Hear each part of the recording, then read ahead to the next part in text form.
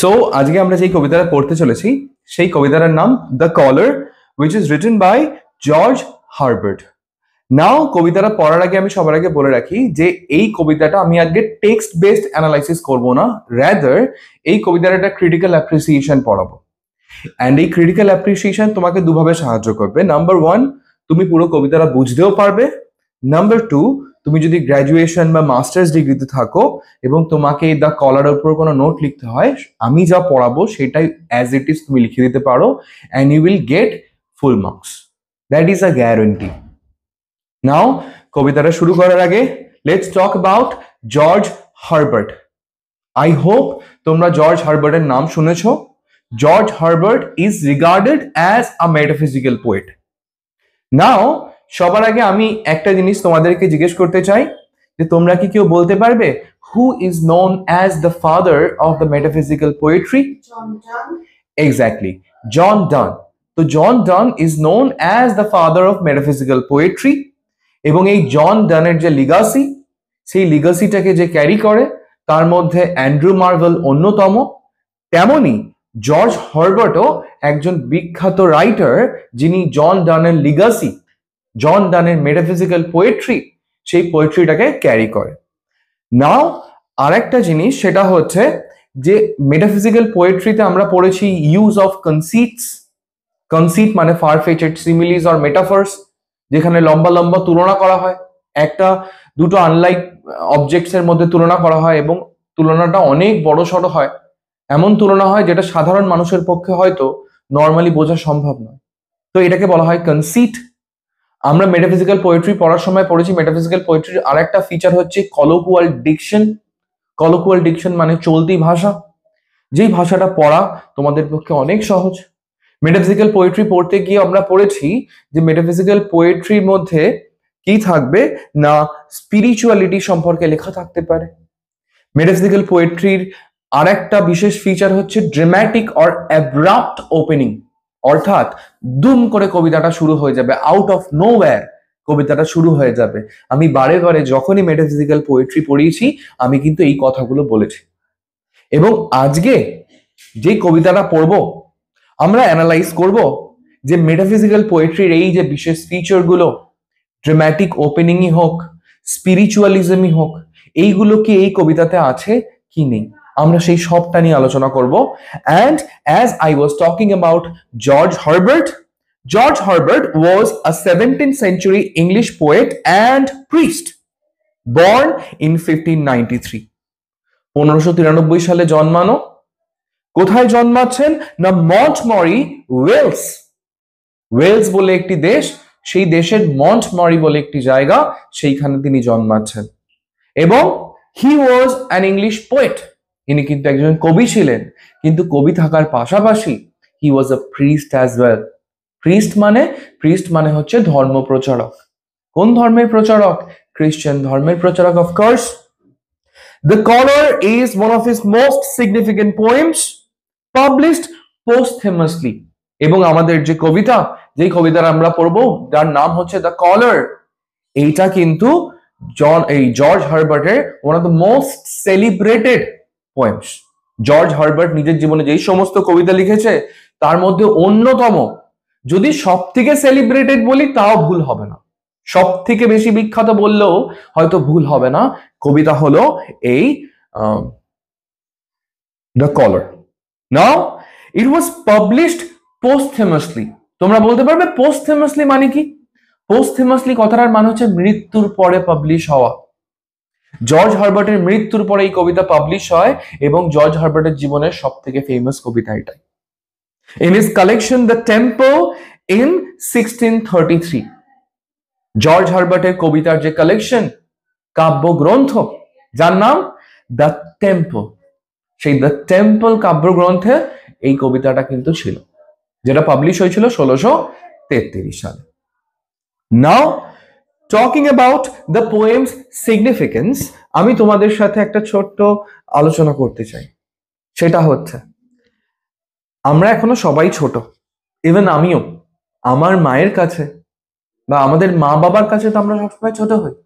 এবারে আমাদের মা বাবা আমাদেরকে সবসময় বাধ্যবাধকতার মধ্যে রাখে তো, মনা তুই এই কাজটা করবি না, তুই ওইটা করবি না, এইটা খাবি না, অমুক জনের সাথে মিশবি না। তো আমাদের অনেক কনস্ট্রেইনস আছে। কনস্ট্রেইনস মানে হচ্ছে বাধ্যবাধকতা, যেগুলোর মধ্যে আমাদেরকে থাকতে হয়। নাও দেয়ার আর টাইমস, কিছু কিছু সময় আমাদের ফিল হয় যে এই বাধ্যবাধকতায় আমরা থাকবো না। দেয়ার আর Times when we get momentarily frustrated. momentarily frustrated মানে কি, কিছুক্ষণের জন্য, ধর আমার ভালো লাগছে না, কেন আমি যাব না বন্ধুর বিয়েতে, কেন আমি বেরোবো না, রাত 10টার আগে কেন আমার বাড়ি ঢুকতে হবে, মাঝে মাঝে ফিল হয়। কিন্তু ঠিক সেই সময়তেই মা বা বাবা যদি ভালোবেসে একবার বাবু বলে ডাকে, আমাদের মনে যত রাগ, যত আমরা বিদ্রোহ ঘোষণা করব ভেবেছি আমরা করব, সঙ্গে সঙ্গে ঠিক হয়ে যায়। নাও যারা ধার্মিক হয়, ইভেন আমাদের হিন্দু ধর্মেও, সনাতন ধর্মেও আমাদের কিন্তু বিশেষ কিছু বাধ্যবাধকতা রয়েছে যেগুলোকে we need to follow. Now sometimes we can get momentarily frustrated. যখন আমি ধরো সনাতন ধর্মের একজন প্রচারক, বা সনাতন ধর্মকে আমি অনুসরণ করি, আমার নিরামিষ খেতে হবে, আমার আমিষ খাওয়া বারণ, আমার মদ্যপান করা বারণ, আমার কটু কথা বলা বারণ, আমার ব্যভিচার করা, একাধিক মেয়েদের সাথে সম্বন্ধ রাখা, এটাও বারণ। কারণ আমি সনাতন ধর্মের অনুগামী, আমি সনাতন ধর্মের প্রচার করেছি বা আমি সনাতন ধর্মকে অনুসরণ করছি, তো আমার জীবনে কিছু বাধ্যবাধকতা আছে। এবারে আমারই কোনো বন্ধু যদি এই সমস্ত কাজগুলো করে, সে যদি আমার সামনে ননভেজ খায়, সে যদি আমার সামনে অ্যালকোহল নেয়, সে যদি আমার সামনে তার সুন্দরী গার্লফ্রেন্ডসদের সাথে ঘুরে বেড়ায়, গার্লফ্রেন্ডস, শুধু একজন গার্লফ্রেন্ডের কথা বলছি না, তখন একটা সময়ের জন্য বা একটা মুহূর্তের জন্য আমার তো মনে হতেই পারে যে ধর্মকে ফলো করে, ধর্মকে অনুসরণ করে আমি জীবনে পেলামটা কি? ধর আমার দরকার নেই কোনো ধর্মের, আমার দরকার নেই কোনো ঈশ্বরের, আমি জীবনটাকে উপভোগ করব। মাঝে মাঝে এইটা আমার মনে হতেই পারে। এই যে স্ট্রাগল, এই যে মোমেন্টারি ইনার কনফ্লিক্ট, সেটা কিন্তু এই কবিতার বিষয়বস্তু। Did you understand what I just said? I hope you did. Now, the caller dramatizes a profound spiritual struggle representing the tension between human rebellion and divine submission. Now, আমাদের যে কবিতা কলার, এই কলার কবিতাটা dramatise করছে। ড্রামাটাইজ মানে আমাদের কাছে প্রকাশ করছে। কি প্রকাশ করছে? আমাদের স্পিরিচুয়াল স্ট্রাগল, আমাদের একটা গভীর আধ্যাত্মিক সংগ্রাম। আধ্যাত্মিক সংগ্রাম মানে যখন আমাদের জীবনে কিছু কনস্ট্রেন্টস আছে, আমরা যদি আধ্যাত্মিকতা ফলো করি তাহলে আমাদেরকে কিছু বাধা মেনে চলতে হবে। কিছু কিছু সময় মনে হবে এই বাধা আমি আর মানবো না, আমার এই জীবন আর ভালো লাগছে না, এইভাবে ভেজিটেবল জীবন কাটাতে একদম পছন্দ লাগছে না আমার। তো এই যে নিজের মনের সাথে নিজের একটা সংগ্রাম, একদিকে মনে হচ্ছে না আমি ঈশ্বরের পথে থাকবো, একদিকে মনে হচ্ছে ধর্মে যাকে সব, আমি জীবনকে উপভোগ করব। এই যে মনের মধ্যে দুটো ভাবনার লড়াই, এটাকে বলা হয় তোমার স্পিরিচুয়াল স্ট্রাগল। এই যে কবিতাটা, এই কবিতাটা কিন্তু এরকমই একটা স্পিরিচুয়াল স্ট্রাগল নিয়ে, representing the tension between human rebellion, যেখানে তোমার মনটা একবার রিবেল করছে, বিদ্রোহ করছে, কার এগেনস্টে? Against God, against the rules that are made by God, ভগবানের এগেনস্টে। এবং ভগবান যে নিয়ম বানিয়েছে, যে এই নিয়ম অনুসারে আমাদেরকে জীবন যাপন করতে হবে, সেই নিয়মের এগেনস্টে তোমার মন কিন্তু বিদ্রোহ করছে। এবং ডিভাইন সাবমিশন, তারপরেই ঈশ্বরের কাছে আত্মসমর্পণ করছে যে না না আমি এসব করব না। তাহলে এই কবিতাটা আমাদের একটা ইনার স্ট্রাগলকে দেখাচ্ছে, যেখানে একবারের জন্য আমার মনে হচ্ছে that I will rebel against god, তারপরেই মনে হচ্ছে না না আমি ভগবানের বিরুদ্ধে কখনোই রিবেল করতে পারি না, ঈশ্বরের বিরুদ্ধে কখনোই রিবেল করতে পারি না, হি ইজ মাই ফাদার। মাঝে মাঝে বাবার বিরুদ্ধে, বাবা যখন অনেক বাধা দেয়, রিবেল করতে ইচ্ছে করলো, বাবা যখন সোনা মোনা বলে ডাকে, তখন মনের যে বিদ্রোহের ভাবনাটা সেটা সঙ্গে সঙ্গে নিভে যায়। এই কবিতাটাও কিন্তু সেটাই প্রকাশ করছে। The poem is a witty exploration of a priest's momentary frustration. Now, এই যে কবিতাটা, এই কবিতাটা বুদ্ধিদীপ্ত ব্যাখ্যা। কিসের ব্যাখ্যা? না একজন প্রিস্ট, একজন ধর্মযাজক বা ধর্ম প্রচারক, তার জীবনের মোমেন্টারি ফ্রাস্ট্রেশন, তার জীবনের ক্ষণস্থায়ী বিরক্তি। আচ্ছা, এই ধর্ম প্রচারকের জীবনে কিসের বিরক্তি? দেখো, সারা জীবন সে ধর্মের প্রচার করে এসছে, সারা জীবন সে সেই নিয়মগুলো মেনে এসছে যা খ্রিস্টান ধর্মে থাকতে গেলে তোমায় মানতে হবে।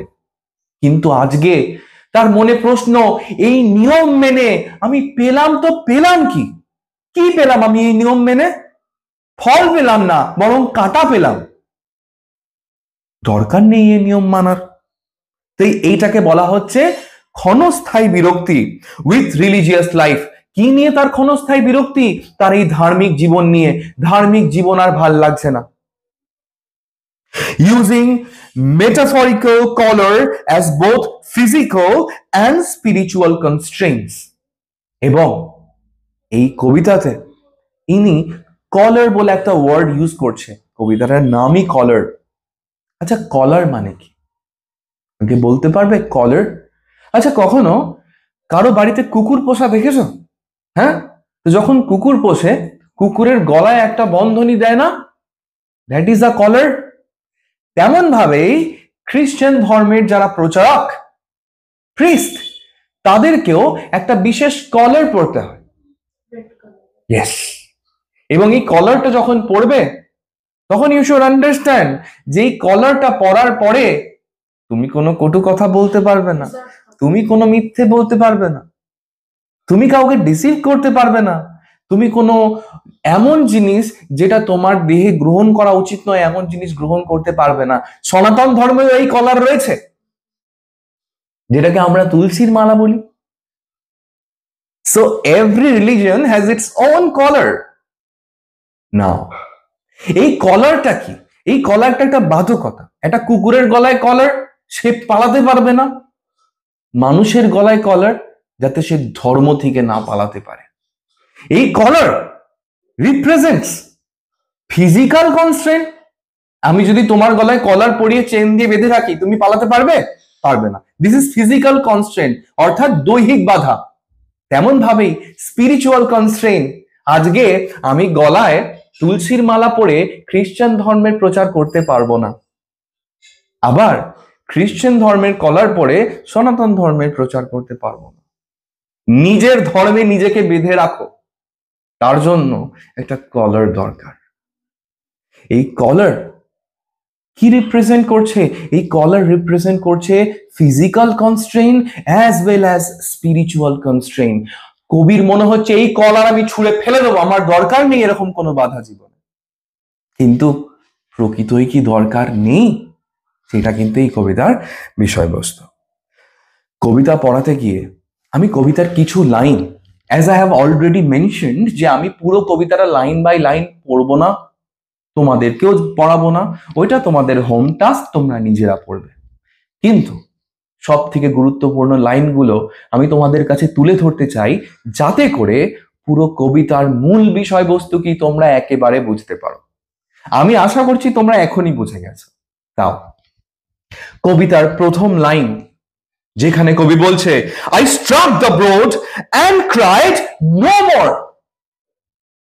নাও, আমার সামনে একটা বোর্ড আছে। Board, it can refer to an altar, অর্থাৎ ওই যেইখানে বাইবেল রেখে পড়া হয়, সেই বোর্ডটা আমি ধুম করে রেখে মেরে বললাম, নো মোর, আর নয়, আই উইল অ্যাব্রড, আমি এইটা ছেড়ে চলে যেতে চাই, আর ধর্মের প্রচার আমি করব না, আর ধর্মকে আমি মানবো না, আমি এইসব ছেড়ে চলে যেতে চাই। দেখো, কবিতার প্রথম লাইনই এটা। আমি বলেছিলাম না মেটাফিজিক্যাল পোয়েট্রিতে অ্যাব্রাপ্ট ওপেনিং, দুম করে কবিতা শুরু হবে। এই কবিতাটাও কিন্তু abrupt opening. That is why it is a metaphysical poem. Did you understand? কবিতার প্রথম লাইনেই বলছে, আর নয়, আমি আর এইসব মানবো না, আমি দূরে চলে যেতে চাই। কে বলছে? প্রিস্ট বলছে। কেন সে মানবে না? কি মানবে না? সে ধর্মের বাধা আর মানবে না। সে কোথা থেকে দূরে যেতে চায়? সে ধর্ম থেকে দূরে যেতে চায়। This is an important line. যেই লাইনটা কবিতার মূল বিষয়বস্তু, সেই বিষয়বস্তুটার টোনটা ফিক্স করছে। যেখানে সে বলছে আমার দরকার নেই আর ধর্ম। সে এই যে প্রিস্ট, সে জীবনে কি হতে চায়? সে ফ্রি হতে চায়, মুক্ত হতে চায়। আই ওয়ান্ট ইন্ডিপেন্ডেন্স, স্বাধীনতা চাই। কার থেকে স্বাধীনতা? পাকিস্তানের থেকে? নো, ধর্মের থেকে স্বাধীনতা চাই আমার। সে বলছে সে কেমন ফ্রি হতে চায়? He wants to be free as a road. সে রাস্তার মতো ফ্রি, রাস্তার মতো মুক্ত হতে চায়। রাস্তা যেমন কোনো বাধ্যবাধকতা ছাড়া চলেই যায়, বয়েই যায়, বয়েই যায়, আমি তেমন রাস্তার মতো মুক্ত হতে চাই। লুজ অ্যাজ দ্য উইন্ড, আমি কার মতো আলগা হতে চাই? আমি বাতাসের মতো আলগা হতে চাই। বাতাসকে বাধা দেওয়ার কেউ আছে? বাতাস যখন যেখানে চায় সেখানে যেতে পারে, যা ইচ্ছে তাই করতে পারে। যদি ইচ্ছে হয় তোমায় উড়িয়ে নিয়ে চলে যাবে, যদি ইচ্ছে হয় তোমার ধর্মকে উড়িয়ে নিয়ে চলে যাবে। আমি রাস্তার মতো মুক্ত হতে চাই, আমি বাতাসের মতো মুক্ত হতে চাই। অ্যাজ লার্জ অ্যাজ স্টোর, আমি কোনো দোকানের মতো বড় হতে চাই। আমি তোমার ধর্মে এত সংকীর্ণ রূপে থাকতে চাই না, আমি বড় হতে চাই। This is an important line. The priest feels, কবির মনে হচ্ছে যে তাকে বেঁধে রাখা হয়েছে। কি দিয়ে বেঁধে রাখা হয়েছে? Is there any rope? Yes, there is a rope. A rope which is easily breakable, a rope which is made by sand. আচ্ছা, তোমায় যদি আমি একটা মোটা দড়ি দিয়ে বেঁধে রাখি, সেই দড়িটাকে তুমি ভাঙতে পারবে না। কিন্তু if the rope is made with sand, is it not possible for you to break the rope? Of course. But now it is up to you whether you will break the rope or not. ধর্মের যে বাঁধন, সেই বাঁধন কিন্তু মোটা দড়ির মতো নয়। সেই বাঁধন হচ্ছে বালি দিয়ে তৈরি একটা দড়ির মতো, বালির দড়ি, easily breakable.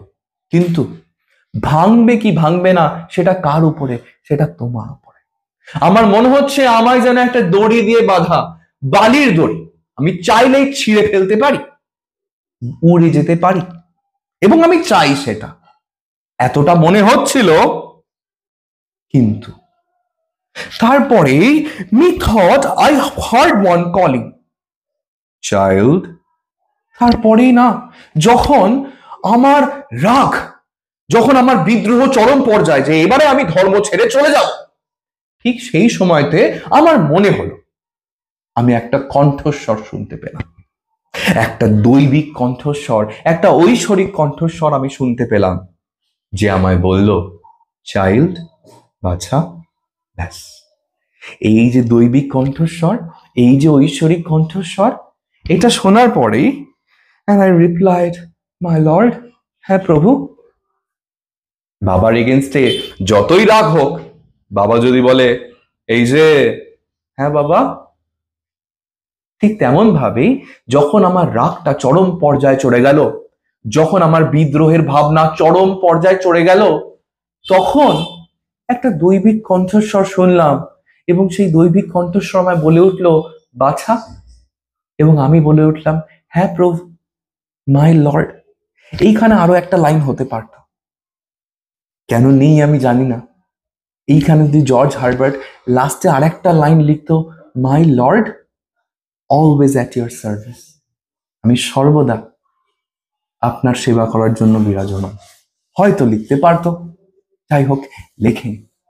So this is the main theme of the entire poem. Did you understand? I hope you did. Now, কবিতার ক্রিটিক্যাল কমেন্টারি আমরা পড়ি, যেইখানে আমরা নোটে কি লিখবো সেই নোটটাকে আমি এলাবোরেট তোমাদের কাছে করে দেবো। দেখো, The Caller is a powerful poem about a spiritual struggle between human rebellion and divine calling. As I've already mentioned, আমাদের কবিতা Caller, it is a powerful poem, খুব শক্তিশালী একটা কবিতা, সাধারণ কোনো কবিতা নয়। যেই কবিতাটা রিপ্রেজেন্ট করছে, যেই কবিতাটা আমাদের কাছে প্রকাশ করছে স্পিরিচুয়াল স্ট্রাগল, একটা আধ্যাত্মিক সংগ্রাম, নিজের মনের সাথে নিজের মনের সংগ্রাম, ছেড়ে যাব কি যাব না ভেবে যে পাচ্ছি না, ঠিক তেমন ভাবে বিটুইন হিউম্যান রিবেলিয়ন, সংগ্রাম কিসের মধ্যে?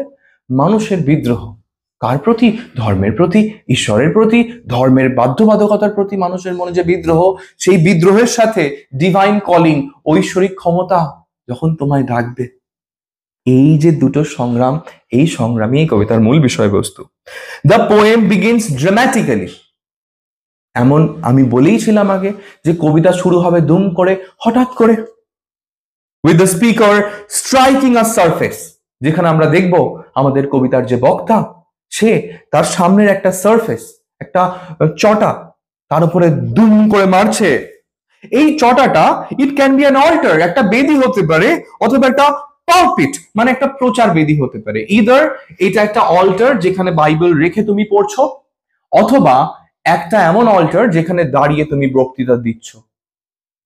তো এই দুটোর মধ্যে কোনো একটা জিনিসে আমাদের প্রচারক, আমাদের প্রিস্ট দুম করে মারলো, declaring he will no longer accept his current religious life, এবং ঘোষণা করলো এরপর থেকে আমি আমার ধার্মিক জীবন আর স্বীকার করব না, দরকার নেই।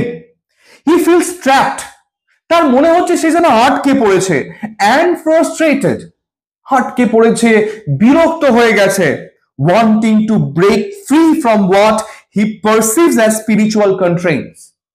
Now তার মনে হচ্ছে সে যেন আটকে পড়েছে, সে খুব বিরক্ত, সে মুক্ত হতে চায় এই স্পিরিচুয়াল কনস্ট্রেইনস, এই আধ্যাত্মিক যে বাধা সেগুলো থেকে সে মুক্ত হতে চায়।